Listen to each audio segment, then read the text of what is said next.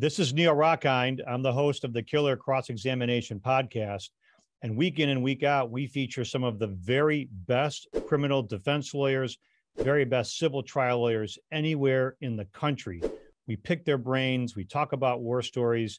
If you like the content, subscribe and like. We've got thousands upon thousands of views on our YouTube videos. We've got thousands of listens and likes and shares on the podcast, which you can get on any platform, anywhere where you get your podcasts. And today is no exception. I've got an incredible guest, Vadim Glozman, who's a lawyer from Chicago who just won back-to-back federal cases, back-to-back huge verdicts. And we're going to talk about those. And he's my guest on this week's episode of the Killer Cross-Examination podcast. Vadim, welcome to the Killer Cross-Examination podcast. It's great to have you here. Great to be here. Very humbled. You've had quite a list of guests on the show. I have. So tell me a little bit about, let's start there. Let's start with your last two huge cases. We'll talk about some other ones, but you just had back-to-back trials. Tell me about those. I had a federal trial that started in August and went 5 weeks into September. We represented the ex-business manager for R. Kelly, singer superstar. And we got a full acquittal on all 4 counts that he was charged with. He was charged with 1 count of conspiracy to obstruct justice, 1 count of conspiracy to receive child pornography, and then 2 actual counts of receiving child pornography. So we got a full acquittal on that. And then just last week, I had another federal trial, and I got a not guilty on the possessing a firearm and furtherance of a drug trafficking offense.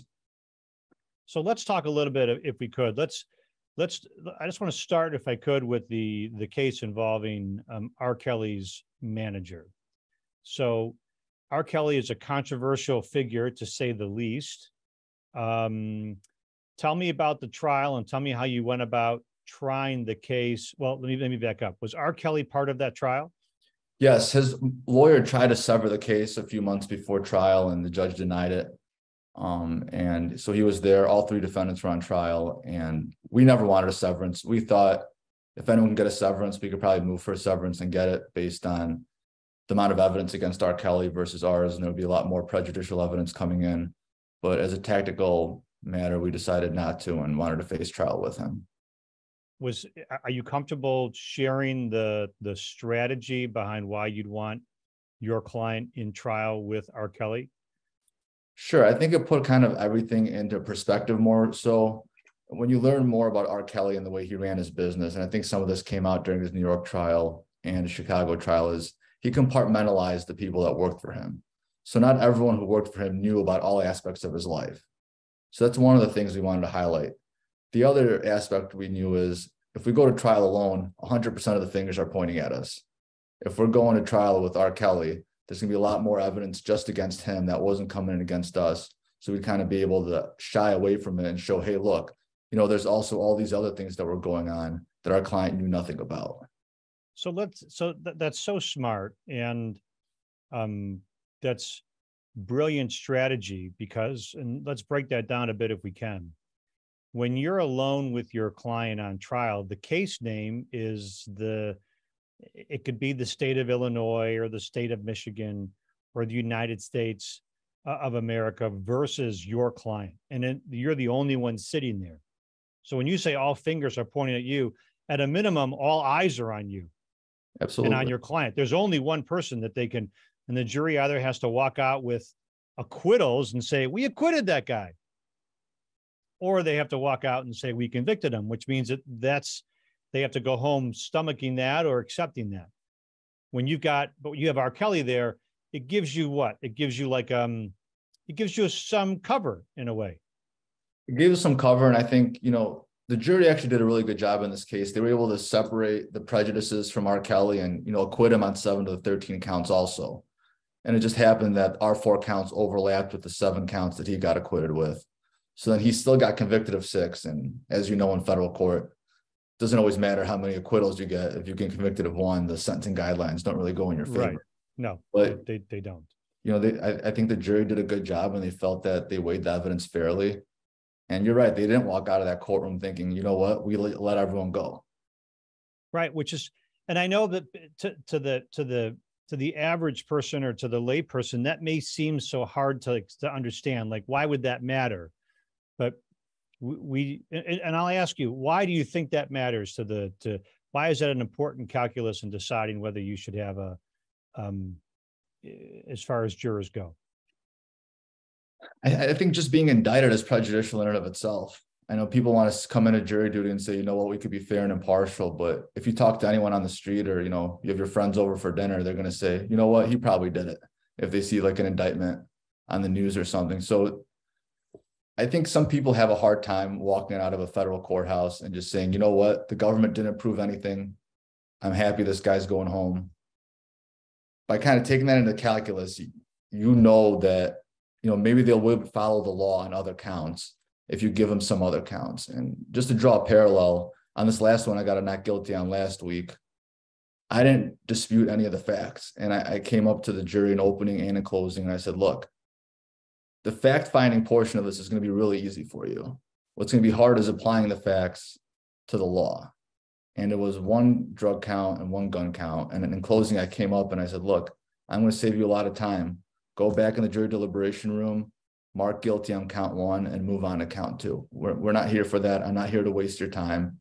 And it was just important for me to keep my credibility like that. And they ended up deliberating longer than the entire trial was and finding my client not guilty of the gun count. And of the count that carried the really was the one that you were there to fight over. That was the only one I wanted to fight over. We couldn't work out a plea on it and saved him 5 consecutive years. So tell me a little bit about, I mean, obviously you know your way around the courtroom. Paint the courtroom for us a little bit in the courthouses right now. Let's talk about the federal courthouse in Illinois. So are you allowed to approach the jury? Do you get freedom to kind of roam around the courtroom? Do you have the ability to engage the jury in voir dire?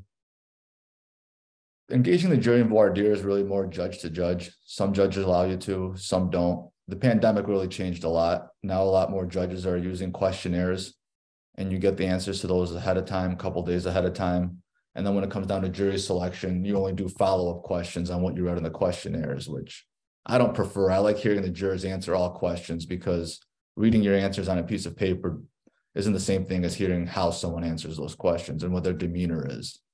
And even in the last couple of trials I did, I thought I really wasn't going to like a juror based on their answers. And when they started talking, I completely changed my mind about them.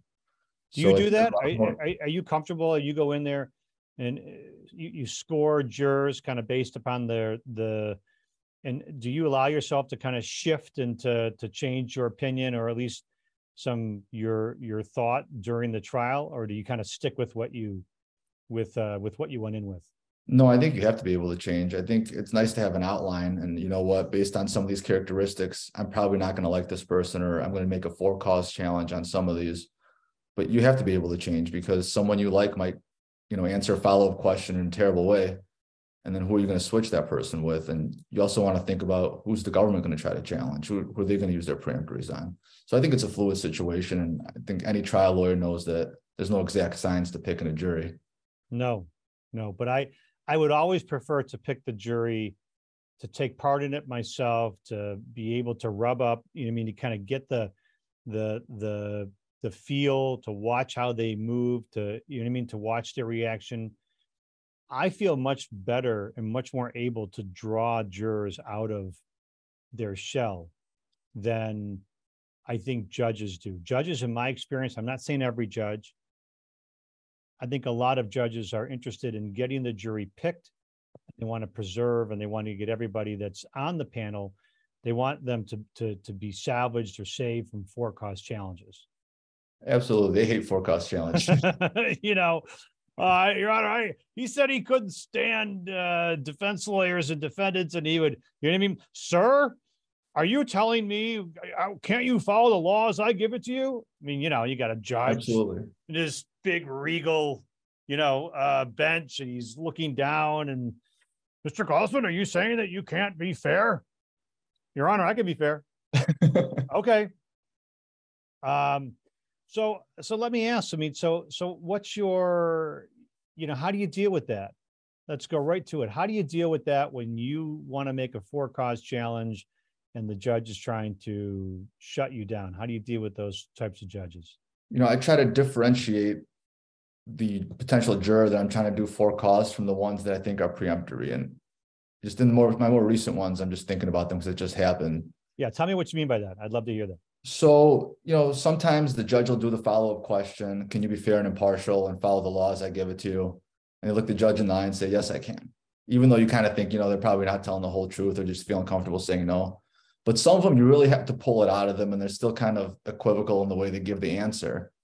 And, the judge says, well, Mr. Glozman, they said they could be fair and impartial. I go, I know, Judge, but, this is an uncomfortable situation for everyone. People come in here, they don't know how to answer these questions, but they still find it in themselves to be able to say, yes, I can be impartial when you ask them the question. And this person, it took 10 tries to get there. So, right. there's something holding them back. And do you ever have judges that agree with you and say, okay, you've convinced me? Or do they, in your experience, do they go back to the well and try to get an 11th agreement from that juror that they can be fair and impartial? It happens. It just depends on the judge. Every judge is different. Depends how big the veneer is. So let's go back and tell me how.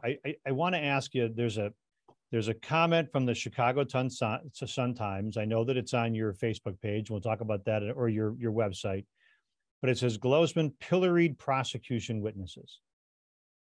What trial is that from? That's from the ex-business manager for R. Kelly. Tell me about that quote, because that's a dream quote for this podcast and a dream quote for any lawyer who champions himself as a good cross-examiner. Well, I appreciate that. I wish I could tell you that was based on my cross-examination, but that was based on my opening statement. I completely tore into their 3 cooperators.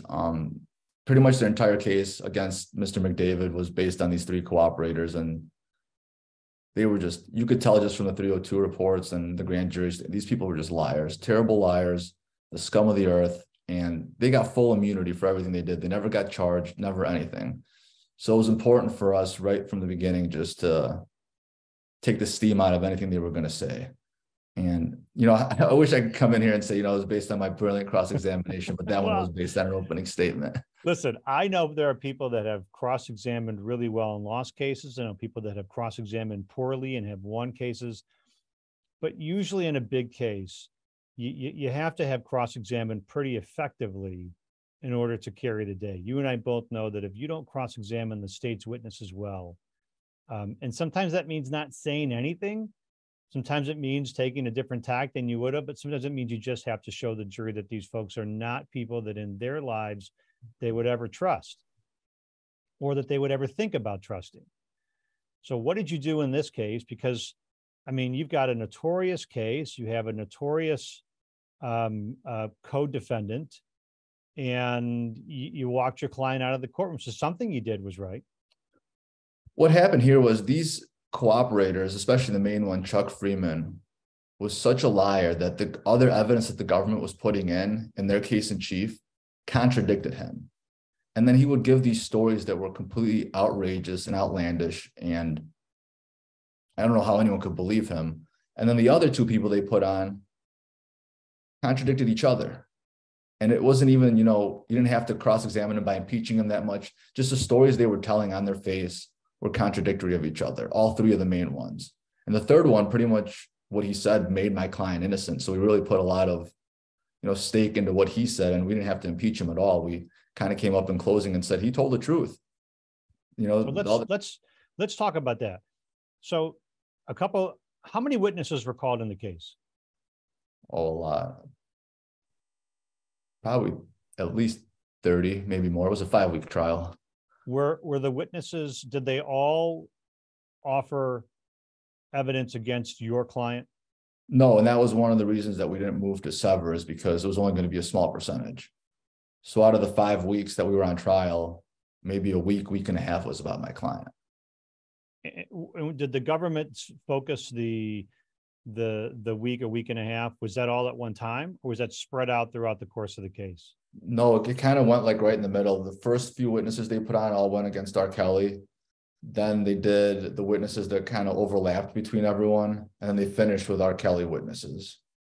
So what'd you do when the witnesses during the trial? Tell me, how did you handle the R. Kelly witnesses in the beginning and the end when you didn't have as much or really anything to do? One simple phrase, no questions, Your Honor. Sometimes I had a judge once tell me, Mr. Rockind, sometimes the best question is the one that you chose not to ask. Absolutely. Right? The older I get, the more I realize how true that is. Yes. So you had the ability you gave your opening statement, which was clearly a strong opening statement. You didn't take the wait and see what the evidence comes in. You went after the government's case. That's usually my MO in most cases. I like to give the Good. jury something to think about. Good. You give them a counterweight. Yeah. And then you what was your theme? Our theme was that our client didn't know the things he knows now back then.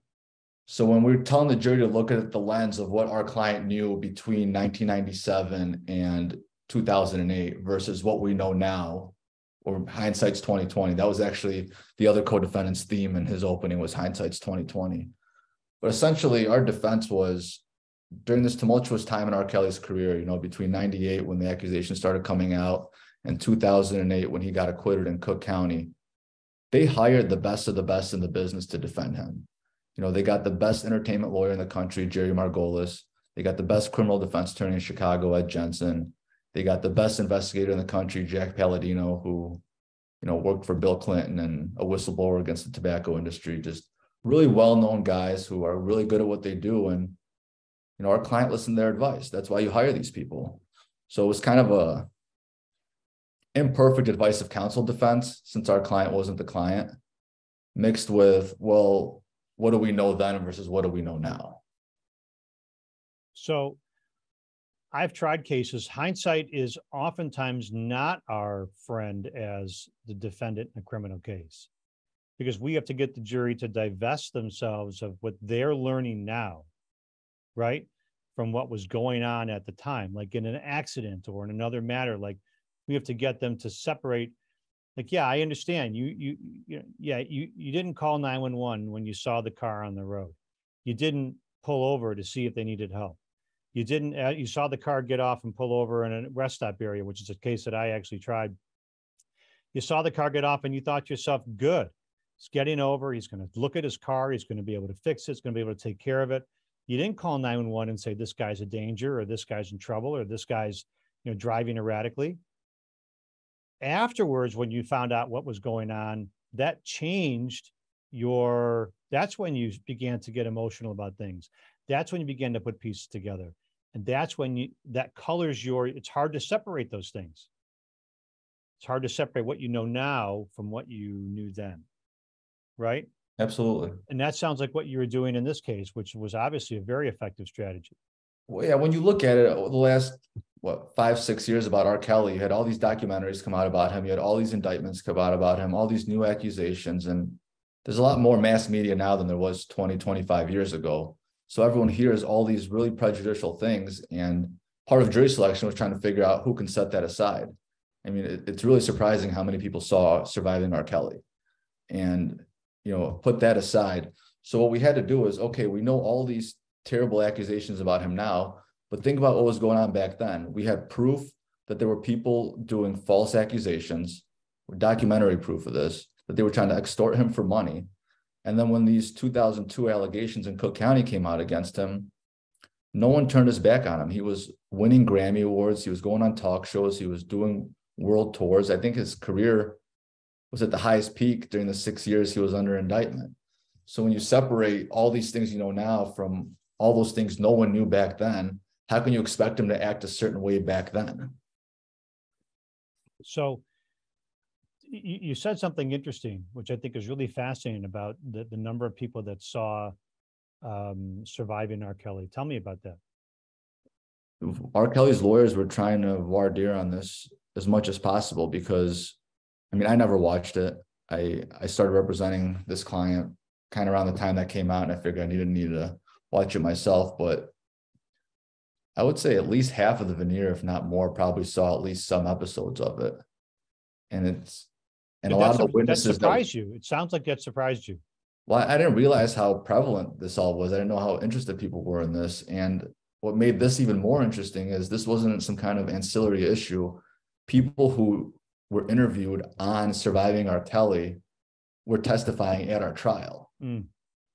And it actually ended up that one of the witnesses who was against my client spoke on surviving R. Kelly. And we used clips of her interview in that documentary to impeach her of what she said happened at trial.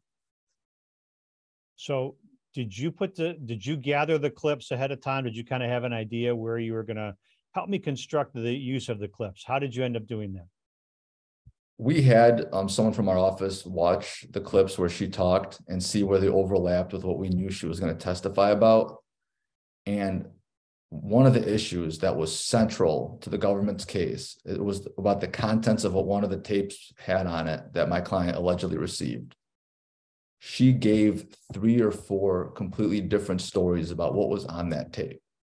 So when it goes to the core of the government's case, we needed to show that, she said one thing in 2008, she said another thing during her first interview, then another thing during her grand jury, then in surviving R. Kelly, she said something else. And, I think she lost all credibility. Something interesting did you use long clips? Did you have short clips? Short, just like a minute and a half of where she's talking about this specific instance. And it was actually funny. She was trying to get around it by saying she can't trust the editing of the production company and that they were like moving around her words. So we would play it for her and be like, which part of that could have possibly been edited? Right. Oh my God. It's like when they blame the transcript. Oh, she did that too. These aren't my words. The transcript is wrong. You're saying that court reporter right there, that one sitting right there to your right. Yeah, this particular witness blamed the court reporter from the grand jury transcript, the FBI agent who wrote the 302 report, and the production company for editing because they all gave different versions. Everybody but her, right? Yep. So I'm going to add, that's a great approach to a cross-examination of a witness like that, because she's cutting herself. She's literally just, each time you're doing that, not only do you have the 4 or 5 central points of impeachment, she changed her story, but she's denying the things that the jury that you're playing for them, that you're showing them. Oh, absolutely. That wasn't even the worst part of this witness. Tell me the worst part. Since 1998, when she met R. Kelly and had some kind of relationship with him, she's been telling people she was 17 years old. And it wasn't until about half a year before this trial that the government dug into it and found out she's been lying about her age, and she was actually 18 and of age when she first met him. So she could have never had an underage relationship with him. And so she kept trying to talk around why she lied about that, why her memory was, and it looked bad. Just drowning in lies. And then there's an interesting juxtaposition. Tell me about the witness, set the stage for the witness that you wanted to, I know people use the term soft cross, but you wanted to use a positive, constructive cross of a witness who you believe was helpful to your client. Set that up for me. Well, that was interesting. We didn't know he was going to be helpful. We thought he was going to try to bury us too. So the attorney on our team who was going to cross him had a very long and lengthy cross full of impeachments that we were going to use. And we're sitting there during his direct examination and just looking at each other bewildered because he's saying things that we need him to say. And so he kind of scrapped the entire cross-examination he had written and just started having him reiterate these things that helped our case. And then he felt that this witness wasn't going to really hurt us. So he kind of asked some open-ended questions he didn't really know the answer to, but he gave us what we wanted. And, one of the issues in the case was this tape that the woman from the surviving R. Kelly was talking about. And she talked about how it was a threesome with her, R. Kelly, and an underage girl. And this witness goes up there and says, no, she sent me that tape. I watched it. It was a regular threesome with adults. So, wow. So what's amazing about that is that people think that sometimes, like, I'm sure whomever who was your co-counsel that you tried the case with? Bo Brindley. Okay. So he got up there, I'm sure, and made it look like that was the plan all along when he's crossing this witness, except you got to sit there and as you got a whole notebook and a 3-ring binder and tabs and stickies to chapters, where to go from here. I mean, unless it's all in your head, but where to go from here, just what line, what exhibit number. And the great lawyers are able to just take that and put that aside and say, look, this witness is being helpful. I'm just going to run with the witness's helpfulness. Absolutely. I think that one of the most important aspects of cross-examination, at least for me, is to listen to the witness testify. Don't just be content with what you had worked up. And I mean, I personally can't sit there and take notes about what a witness is saying. My trial notebooks are almost always empty because I'm just listening to what they say and, maybe jotting down a note or two about where I want to go with it. But, at the end of the day, you don't know what these witnesses are going to say. You have these summary reports, 302. Sometimes you might have a grand jury transcript, but you really don't know what they're going to say or how they said it or how they were baited by agents to say what they said.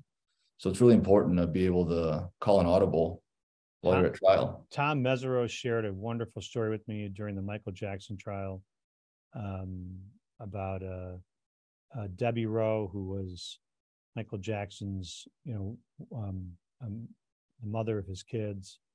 And they had binders upon binders of cross-examination material ready to impeach her with. And he expected her to get up there and just destroy Michael Jackson. And instead, she got up there and talked about what a wonderful person he was and how kind he was, and he couldn't hurt a fly. And he's sitting there, much like I'm sure you and your co-counsel did. And he took the binders and pushed them aside and just decided to see how much he could expound on that and slow it down and point it out. And so here you have a witness they thought was going to kill him. Absolutely. And it went just the opposite. So, and when you can argue I bet you argued the heck out of that witness to the jury, right? During closing. Oh, absolutely. We demolished the other two cooperators and said, look, this guy has no reason to lie. You can tell where there's overlap and why their two stories don't make sense, but his does. And it helped that my client testified and, his testimony lined up with what this other guy was saying. You ever seen in football, like we were just talking about the game a minute ago, before we started the podcast, and you ever seen like a defensive back and the wide receiver doesn't get the ball and there was maybe a little bit of bumping, but not enough. And the guy puts his hands up like this. It's just like, just trying to show I didn't have anything to do with the guy not catching the ball. That's sort of in my mind what you guys did with that witness, which is, hey, I mean, he's their witness and he's up here just saying that our client is innocent, that he didn't do anything wrong. We didn't put him up to that. Look at me.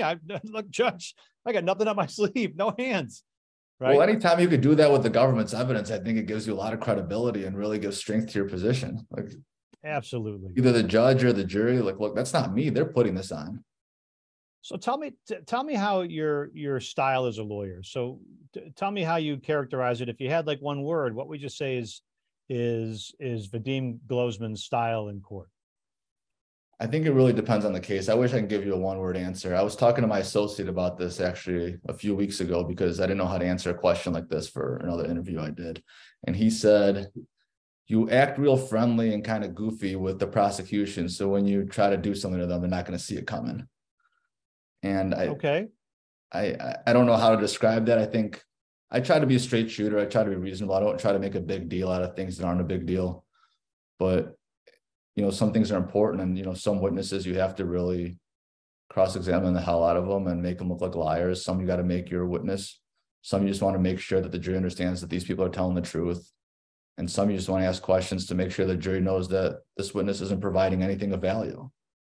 And how about let's talk about there are some lawyers who have a flair for the dramatic and some who are much more business-like in the courtroom. If you had to put yourself on a spectrum, where would you put yourself? I think somewhere towards the middle. I don't know why I have this thought in my head, but I feel like a jury wants someone they could relate to. And I don't always think they want to watch someone who is at the top of their professional game, strictly business all the time, extremely successful. So, sometimes I go up there, like I fumble with my papers or like my pen falls or something.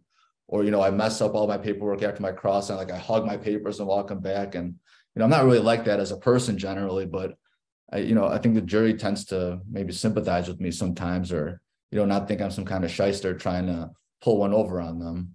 So somewhere in between, I think. How about your cross-examination style? So on the one hand, you've got people that think, this guy's ferocious.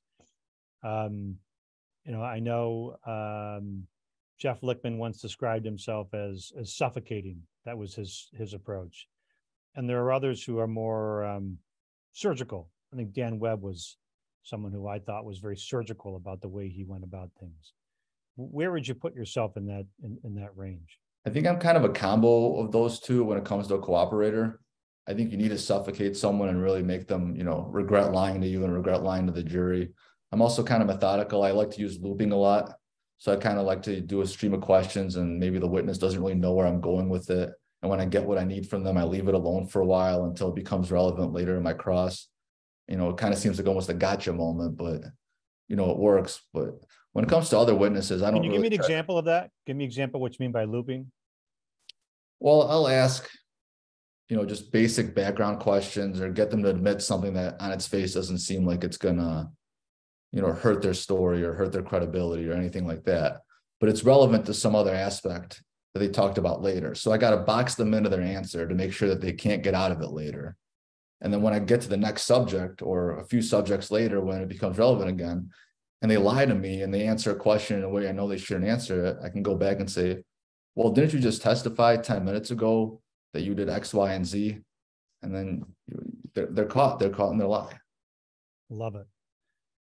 But it is sort of, it's not gotcha in an unfair way, but it is, nobody says that you have to cross-examine a witness or approach a witness in court as though you're just trying, you wouldn't, if you're trying to stalk prey, you wouldn't just walk towards it with your knife out, say, here I come. You're going to try to corner it and then ultimately. Absolutely. And the prosecutors are prepping them however many times for their testimony and telling them what to watch out for on cross-examination. So you don't want to be just straightforward and, going for the kill right away. Of course, whenever you ask the witness, did the prosecutor prepare you, or what did you do to prepare for your testimony? Or even if the prosecutor asks him, you know what I mean? Like, he just told me to tell the truth. Yeah. And I'm only going to get cooperation credit if I tell the truth. Wait, you showed up at the prosecutor's office and you talked to them for 9 hours. For 9 hours, you sat there and they just said, tell the truth, tell the truth, tell the truth, tell the truth. 9 hours, 10 times. Yeah. All right. Give me your, how many counts were there in this case? The ex-business manager? Yeah. There were 13 total counts. My client was on 4 of them. And you got not guilties on all 4? All 4. What was that like when that came in? Did you guys hug? Was it like, was he high-fiving? Were you more reserved? It was really interesting because they read R. Kelly's verdict first. And when they started reading the counts that we were with him on, and they started saying not guilty for R. Kelly, we knew we were going to win because it was impossible if they were going to acquit him of those counts and convict us. And so I turned to my client and I said, we won. He's like, what do you mean? I'm like, no, we won. And then he was like holding himself down, trying not to jump up. And by the time his name came around and they read the not guilty verdicts, even though there was another co-defendant, he jumped up and hugged me in the middle of the courtroom. And I'm like, you got to sit down. You got to sit down. And it was euphoric. I know that that's like the touchdown celebration. He's got to sit down, but you do just the tension that he must have had at that moment. And just, just the utter elation that he was going to go home must have been overwhelming. It was hanging over his head for 3 years since he was indicted. And the trial was 5 weeks long. They got all this press all day, every day. Courtrooms packed, overflow courtrooms packed. A lot of eyes around the country on this. He wasn't having a good time. And I could just tell it was such a sense of relief. I wish I could say I know how he felt, but I don't. What did you tell? Well, you obviously did an amazing job on his behalf. So, but what do you tell your client throughout the course of the trial? So let me start with, are you watching the jury throughout the course of the case? I try to, when I'm not the one, doing a cross-examination, or if I'm not doing the closing, I try to see which jurors I think are sympathetic to us or like us, which ones don't, what they're finding boring, what they're not finding boring. Try to do as much as you can. And I try to analyze the evidence as it comes in as much as I can for my client. I want to tell them, like, it's coming in better than we expected, or, don't worry, it's coming in just how we expected. We're prepared for this. How about your client? What do you tell your client when in a trial, when the jury's, you're trying to watch the jury and their client sitting next to you? What do you tell them or him or her how to act, what to do during the trial? I actually had to tell this client a couple of times how to act. I told them they're watching you the whole time. You can't be bored. You can't be falling asleep. You can't be on your phone. Like, all eyes are on you, and you want to have a good first impression. It took a little bit for him to get there, but he got there. He's an interesting client, to say the least.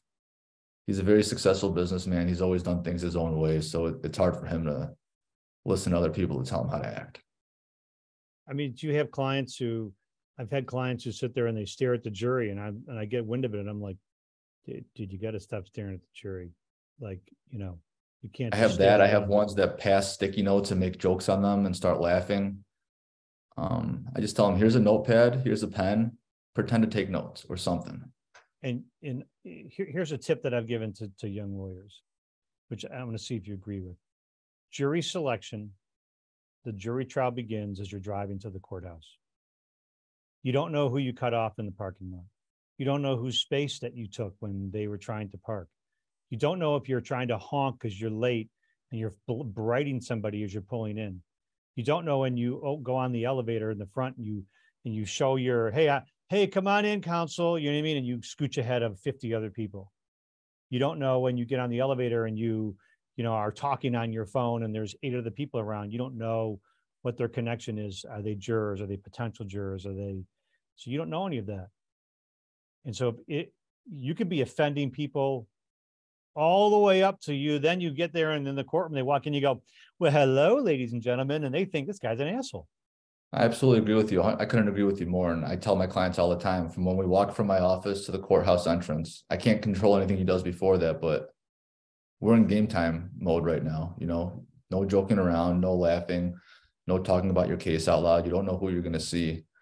And, in federal court, it's not usually a problem because everyone has to wait in line to get through security. But something I learned from my father-in-law, who's a trial lawyer, is in other courthouses where there are attorney entrances, I stand in the line with the potential jurors. So they see, I'm not some special guy. I don't get special treatment. I stand in line with them. When I go eat lunch, I'll go to the cafeteria and they'll see me buying the same sandwich that they're buying, drinking the same orange juice or whatever it is that they're drinking. And I think it kind of goes with my persona about how I am in court during the trial. I agree. I forget the name of the lawyer, but he used to say, like, he used to tell his associates in the morning, he would say, I want you to go look at whatever the jurors have. If the jurors have water, we'll have water. If the jurors don't have water, we're not going to have water. We're not going to have anything on our table. We're not going to have any privilege that the jurors themselves don't have.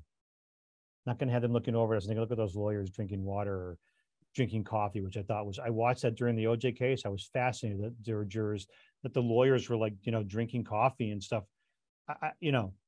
If the jurors have it, fine. But if they don't, you're up there drinking coffee. Like, they're taking time out of their day. They don't want to be there. They're there. You're the one and you're drinking coffie, which Absolutely. I get isn't a major crime. I get it. But you're looking for impressions, right? You're talking about credibility. And, in our line of work in criminal defense, there's so little room for error if you want to win. You don't want to lose because one juror just doesn't like your personality or what you're doing in the courtroom, because you have so many other obstacles that you got to get over to get a not guilty in a case on one count or on all the counts. Mm-hmm. You're so right. So right. Why lose the edge on something so? I want you to say that again. Say that again, because it's so worth repeating. there's so many obstacles that we have to cross and get over in a criminal defense case that you don't want to lose a case because you're drinking a Coca-Cola and a juror's not. Exactly. And you won't know, and you'll never know. You You'll never won't know if you turn the juror off at that moment. Like, you'll never know if that's one of the things that they just built up a dislike for you because you look like you're pampered or privileged. Right? Okay. I agree with you. And then, when I do a jury trial, I like wearing my nice suits, but I'm not going to wear cufflinks usually. I'm not going to wear a flashy watch. I'm not going to wear some kind of over the top tie or anything like that. I want to, neutral colors, neutral suit. It might be a really nice suit, but it's not going to look like it's a really nice suit. There you go. So smart. Let's go back and tell me how you, tell me about your sort of your career arc. Where did you go to school? Where did you go to law school? How did you decide to become a trial lawyer? And how did you decide to become a criminal defense lawyer? So I went to undergrad at the University of Illinois, Champaign-Urbana, and then I went to law school at John Marshall in Chicago. It's now part of University of Illinois at Chicago campus. During law school, I started clerking for a criminal defense attorney, Mike Gillespie, out here in Chicago. And his dad was partners with Ed Jensen, who I ended up clerking for. And, he was described as the dean of Chicago criminal defense. I think a little part of Chicago history walked through his office. If there was any case of any substance, even if they didn't hire him, they came to see him about it. And, I got to clerk for him.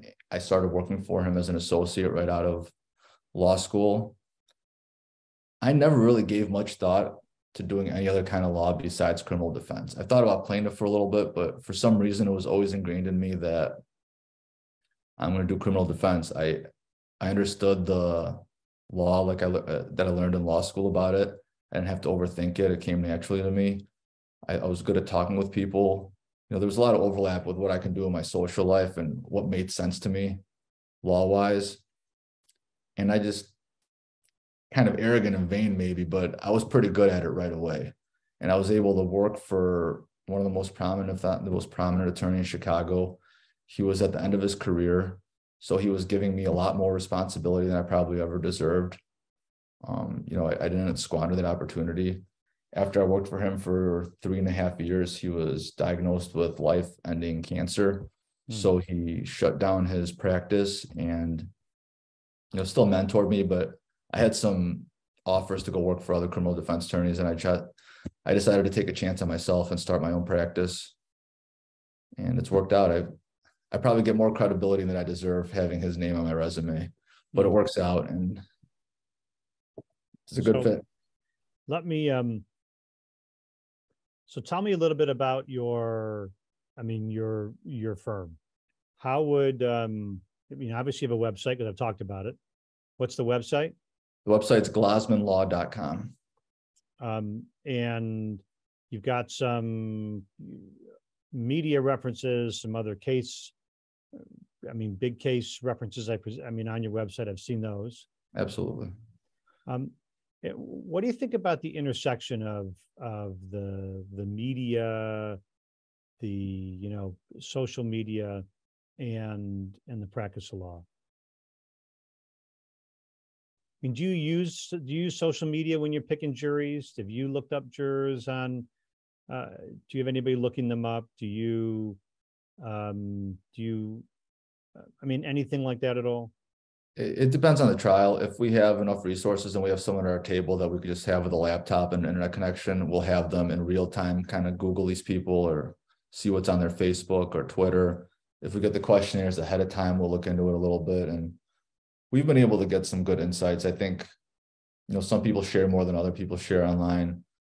Some people have private profiles that you can only learn so much about, but anything helps. Again, this is, however big the veneer is, 45 or 50 people, they're just random people, and there's only so much you can learn about them in a given amount of time. I still think, and I agree with you, that the best way to get to know them is to talk to them and to hear them talk and see how they react to you and how they answer the questions, even more so than looking at their social media profiles. Tell me, I want to ask you about, you referenced his name as Ed Jensen, right?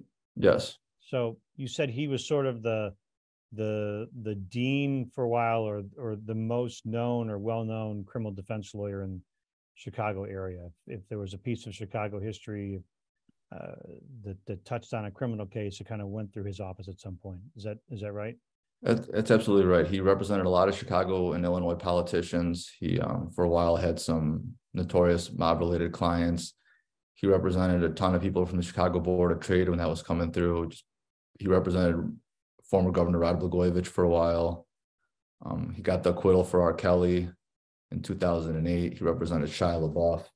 Just pretty much any big case came through him, and he had a really good practice set up where he surrounded himself with people who specialized in different aspects of criminal defense. So you kind of got a full service firm. He would do the trials. He had one partner who would specialize in sentencings, one who would specialize in writing and research and appeals, one who would do like a state court work for him. And it was a full service firm, and they did really good work. How did you ended up working for him for a period of time? Is that right? Yes, I started clerking for him my third year of law school, and he was actually looking for a new associate at that time. And I was about a year from passing the bar. And I was so nervous. He never talked to me because he had put me like in a back corner of the office just to go print some documents and file them away. And I went in there, my heart was pounding out of my chest. And I said, hey, I know you're looking to hire someone. I'd like to be considered. And he just looks at me and goes, you already are being considered. Now leave my office. And he decided to wait for me. I don't know what changed his mind, but he decided to wait for me to graduate, and I had a job waiting for me. And so that's like working with getting in the lineup. If you're like a baseball fan, that's like getting in the same lineup as like Babe Ruth or right, like a player of that magnitude. Absolutely. I mean, I'm sure other lawyers will disagree with comparing him to Babe Ruth. Every lawyer thinks he's the best lawyer, but he would definitely be on the Mount Rushmore of Chicago criminal defense lawyers. Well, I know that we would all, some would say they're Babe Ruth, but I mean, and we all have, as Michael Tegar says, we all have, every lawyer has a ego the size of whatever it is, the Mount McKinley, and we all have insecurities as deep as the Grand Canyon. We're trying to always find a way to fill the Grand Canyon with our fill that insecurity, but we're always, that's just the way it is. I mean, you can't do this business. You can't be in this business and not think you're Babe Ruth. But when I say that, I mean, the privilege that I get doing this podcast is I get to meet and talk to not just peers, but people that I have read about, that I've watched, that I read about, who've written books about this before there was ever YouTube. I'm blown away that it's like going to lawyer fantasy camp, and you're part of that. It's like just meeting the great lawyers in the country. It's such an incredible experience for me. And I agree, and I appreciate what you do. It helps me out a lot. It helps shorten my drives to work. I subscribe to your podcast and I listen. You got F. Lee Bailey, Alan Dershowitz, Tom Mesereau, Jeff Lickman, and now you. And one of the things that I've loved about doing it is that some of these lawyers, that there was a different time. These lawyers in their day. So let's take Ed Jensen, for example. Take F. Lee Bailey. You can take these lawyers. They were larger than life before there was social media amplification. I mean, before there was the internet. You know what that would take nowadays to get yourself as a lawyer to have that level of notoriety? They were larger than life. They, household names, and there aren't lawyers like that anymore. At least I don't think there are. I think the internet saturates it so much more. You could pay someone to do your SEO or whatever you pay people the month. Every Tom, Dick, and Harry can beat their chest and talk about how they, I got 3 cases dismissed, and they, you look them up, and it turns out that there was 2 traffic tickets where the cop didn't show, and one where, the judge dismissed the case because the complainant didn't appear. I mean, it's the completely different type of people have the ability to really kind of beat their chest. So And tell me, I want to talk a little bit before I have to bid you farewell. Tell me about the other case you just finished trying, the one where you were, it was a drug case and a use of a firearm in the commission of a felony, right? Yes. And you walked to the jury. You said, "Tell me the strategy there." In telling the jury, I'm going to make it easy on you, and you can get rid of count. Just check the box on count one. Don't even worry about it. Tell me about that. Yeah, I mean, the facts here just weren't at dispute at all. He was talking to a cooperator for 4 months. They had recorded phone calls, text messages. They had the drug deal recorded on a video device. Then they went back and searched his house, and they found drugs in his room, and they found the gun in his room. So I knew it was a delicate argument to make. And I really wanted the jury to know that, look, I'm not here to waste anyone's time. I don't want you to think I'm trying to pull one over on you. The facts are the facts, but we have to apply the facts to the law that they decided to charge him with. And what happened was he had 2 gun charges. He had a felon in possession of a firearm charge, a 922G, which I got dismissed pre-trial. And then he had this 924C count, which was possessing it in furtherance of a drug trafficking crime. So the gun he had with no FOID card. It was a stolen gun, but his underlying felony conviction had been vacated in state court, so they couldn't charge him with that anymore. So I argued to the jury, like, look, I agree, he possessed that gun illegally. And if that's what they charged him with, I wouldn't be up here asking you to find him not guilty. But what they're saying is that he possessed this gun in furtherance of drug trafficking. And when he went to do the 2-kilo deal with the cooperator and he got arrested, he didn't have the gun on him. And if you have a gun for drug trafficking, wouldn't you bring it with you to a massive drug deal like this instead of leaving it at home with 150 grams? What purpose does that serve? And I don't know if it was much of a legal argument as it was a common sense argument, but it worked. And I didn't want to lose my credibility because I knew it was a thin line I was walking, and there was going to be so much prejudice there. You got 2.5 kilos of cocaine. You have a gun to someone without a FOID card, a gun that was stolen. And, he's got 60,000 in cash or whatever. And you're going back to that issue, which is we've been talking about, sort of weaving our way throughout this entire argument, this entire podcast, is that your credibility, you have to be credible. You can't act differently than you acted in the hallway. You can't act differently than you acted on the drive-in. Your client can't undermine you at the table by joking and goofing around. You can't stare down the jurors because you'll lose credibility. You can't make arguments that you don't cross-examine witnesses who have no need for you to go after. You don't work off of a script. If you have a witness who changes gears on you and is favorable, your credibility is everything in that courtroom. I agree with you completely. And I think another aspect of this is, and maybe this is just me being naive, but I think some people look at criminal defense attorneys and might think they're trying to pull one over, and they might have a negative, preconceived notion about what a criminal defense attorney is. So I want to show them, like, look, we're not just some cartoon character who's going to come up here and wave our arms and yell and pound the table and try to convince you to do something that is just ridiculous. You got it. I ask them in voir dire. If I get the chance to voir dire, I talk to them, and I'll ask them, who watches these law and crime related shows? What do you watch? Invariably, someone says Law and Order or Special Victims. Always. Right. So tell me about the prosecutor. Sam Waterstone in the original, series played the prosecutor. Tell me about the prosecutor.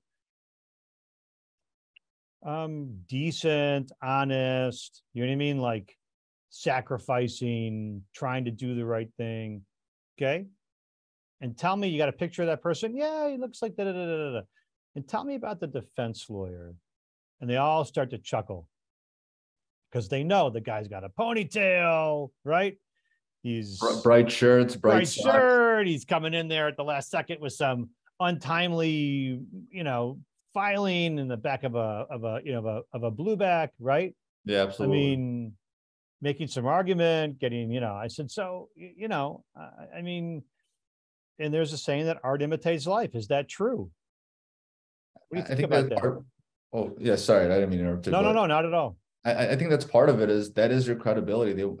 That you're not some cartoon character and that this is a real case. There's a lot of gravity to the situation. Someone's life is on the line, and you have to understand that this is very serious. I don't want to do something that's going to make you think that I'm not taking this seriously, or that I'm some kind of clown that's just here for a paycheck and I don't care what happens.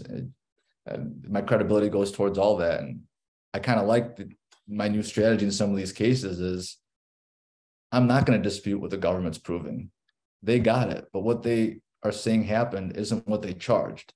And I've had some success recently in doing those kind of defenses instead of just going up there and say, you know what, they're telling you the wrong facts. That's not what happened. This is what happened. And I think you get in a slippery slope when you try to battle facts too much. Sometimes you have to. So you've had cases where you're saying to them, these are basically the facts. They just have it. They have it charged wrong. Yeah, they did it. They just didn't do what they're charged with doing. Good. I like that. And that's proved successful to you or for you. Yeah, absolutely. Especially in this most recent one. Yeah.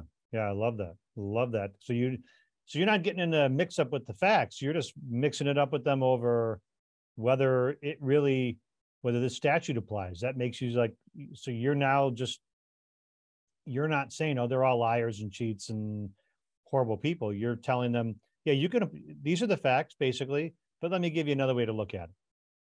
Exactly. And what I've been doing recently in my openings and closings is usually I was always very fact intensive in my openings and closings. And I try to stay away from general, aspects of criminal defense, like reasonable doubt and the importance of a jury. But in these ones where I'm not arguing facts and I'm more arguing, did he do what they charged him with doing? I've been trying to prime the jury in understanding, you know what, this isn't going to be easy. He did some bad things. You're not going to like what he did. You're probably not going to like him as a person, but that's not what this is about. This is about the government proving what they said they were going to prove. It's great stuff. I love it. All right, I'm going to ask you a couple of real quick questions.